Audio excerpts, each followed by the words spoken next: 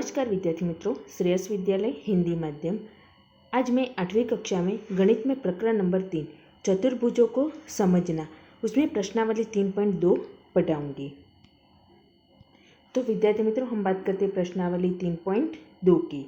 तो उसमें प्रश्न नंबर 1 में दिया है, निम्नलिखित आकृतियों में x का मान ज्ञात कीजिए। तो हमें ये जो आकृति दी है उसमें हमें x का मान ज्ञात करना है।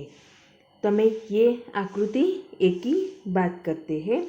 तो उसमें क्या दिया है, देखो ये जो 125 दिया है ये कोण का माप, और ये हम m लेते हैं तो ये कितना हो जाएगा, 180 हो जाएगा। तो यहाँ 125 अंश प्लस m बराबर 180, ये क्या है, रैखिक युग्म है। तो m बराबर क्या होगा, 180 माइनस 125। तो 180 में से 125 काटेंगे तो हमें कितना मिलेगा, 55 मिलेगा। अब ये कोण 125 है तो इसे हम लेते हैं n। तो क्या हुआ, ये दोनों रैखिक युग्म है। तो 125 अंश प्लस n बराबर 180 अंश। तो n बराबर कितना होगा, 180 अंश माइनस 125 अंश बराबर कितना हुआ, 55। तो m की कीमत भी 55 अंश हुई और ये n की कीमत भी 55 अंश हुई। बाह्य कोण x अंश बराबर अभिमुख अंतःकोण का योग। तो हमें ये जो कोण मिला m और n उसका योग करना है। तो x बराबर 55 अंश प्लस 55 अंश। तो x की कीमत हमें मिली 110 अंश। तो ये x की कीमत कितनी है, 110 अंश। ये दूसरी आकृति है पंचभुज के अंतःकोणों का योग। तो उसके लिए सूत्र है n-2 गुना 180 अंश। तो n ये पंचकोण है तो n की कीमत कितनी होगी, 5 होगी। तो 5 माइनस 2 गुना 180। तो 5 माइनस 2 करेंगे तो हमें मिलेगा 3। 3 गुना 180 अंश, तो हमें कितना मिलेगा, 540 अंश। अब रैखिक युग्म के कोणों का योग बराबर 180 अंश होता है। रैखिक युग्म के कोणों का योग कितना होता है, 180 होता है। तो यहाँ ये कोण 1 किया है और ये 90 है। तो कोण 1 प्लस 90 बराबर कितना हुआ, 180 अंश। कोण b प्लस 60 तो कितना हुआ, 180 अंश। ये कोण 30 प्लस ये 90 है तो कोण 30 प्लस 90 अंश बराबर 180 अंश। ये कोण 4 प्लस 70 अंश बराबर कितने हुए, 180 अंश।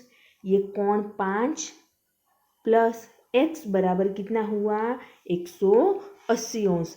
क्या, ये रैखिक युग्म है। तो रैखिक युग्म के कोणों का योग कितना होता है, 180 होता है। तो ये जो हमें समीकरण दिए 1 2 3 4 और ये 5 समीकरण दिए उसकी हमें जोड़ करनी है। तो क्या होगा, x प्लस कोण 1 प्लस कोण 2 प्लस कोण 3 प्लस कोण 4 प्लस कोण 5 प्लस 310 बराबर 900 अंश। ये जो है उसकी जोड़ 310 होगी और ये कोण 1 से 5 तक बराबर कितना हुआ, 900।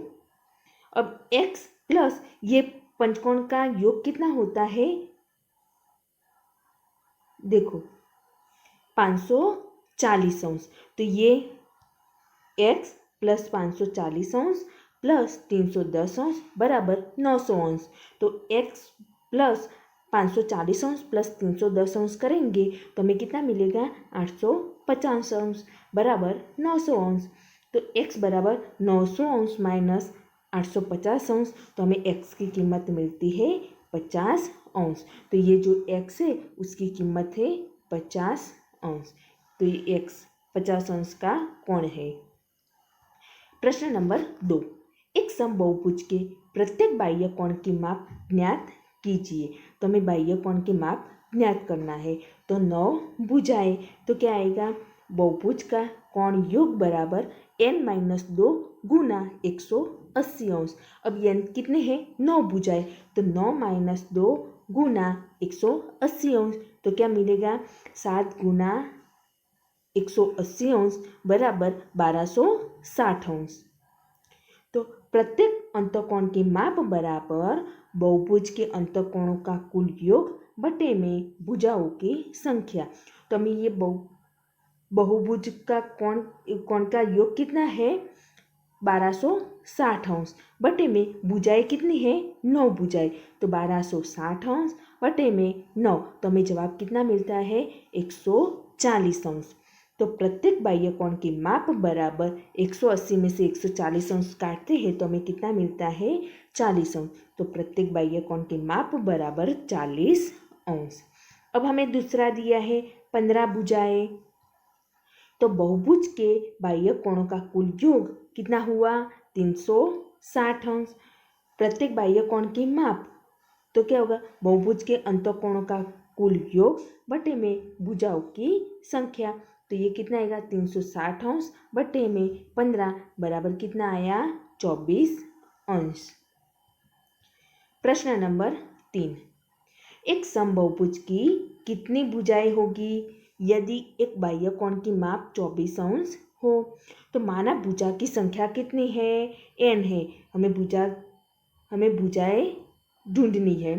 तो बहुभुज के बाह्य कोणों का योग 360 अंश, भुजाओं की संख्या बराबर बहुभुज के बाह्य कोणों का योग बटे में प्रत्येक अंतःकोण की माप। तो ये कितना है योग 360 अंश बटे में 24 अंश। तो हमें कितनी भुजाएं मिली 15 भुजाएं। तो समबाहुभुज की 15 भुजाएं होगी। प्रश्न नंबर 4, एक समबाहुभुज की भुजाओं की संख्या ज्ञात कीजिए यदि इसका प्रत्येक अंतःकोण 165 का हो। तो माना भुजाओं की संख्या n है, बाह्य कोण 180 माइनस 165 अंश बराबर 15 अंश होगा। तो बहुभुज के बाह्य कोणों का कुल योग 360 अंश है। तो भुजाओं की संख्या बराबर बहुभुज के बाह्य कोणों का कुल योग बटे में प्रत्येक अंतःकोण की माप। तो बहुभुज के बाह्य कोणों का कुल योग कितना है 360 अंश बटे में 15 अंश। तो हमें कितना मिला 24। तो अतः समबाहुभुज की 24 भुजाएं होगी। तो बहुभुज की 24 भुजाएं होगी। प्रश्न नंबर 5, उसमें ए में दिया है क्या यह समबाहुभुज संभव है जिसके प्रत्येक बाह्य कोण की माप 22 अंश हो। तो नहीं, क्योंकि 22 अंश से 360 विभाज्य नहीं है, तो ऐसे बहुभुज संभव नहीं है। बी में दिया है क्या यह किसी समबाहुभुज का अंतःकोण हो सकता है, क्यों। तो नहीं, क्योंकि बाह्य कोण 180 अंश माइनस 22 अंश बराबर 158 अंश और 158 अंश से 360 विभाज्य नहीं है। प्रश्न नंबर 6, उसमें ए में दिया है किसी समबाहुभुज में कम से कम कितने अंश का अंतःकोण संभव है, क्यों। तो समबाहु त्रिभुज 3 भुजाओं वाला एक समबाहुभुज होता है जिसमें सबसे कम अंश का अंतःकोण 60 अंश संभव है। त्रिभुज के सभी कोणों का योग 180 अंश है। तो x प्लस x बराबर 180 अंश। तो 3x होगा, तो 3x बराबर 180 अंश। तो x बराबर 60 अंश होगा। बी में दिया है किसी समबाहुभुज में अधिक से अधिक कितने अंश का बाह्य कोण संभव है। तो हम कह सकते हैं कि किसी समबाहुभुज में सबसे अधिक अंश का बाह्य कोण 180 अंश माइनस 60 अंश बराबर 120 हो सकता है। तो विद्यार्थी मित्रों, आपको ये प्रश्नावली 3.2 गणित की नोटबुक में लिखनी है।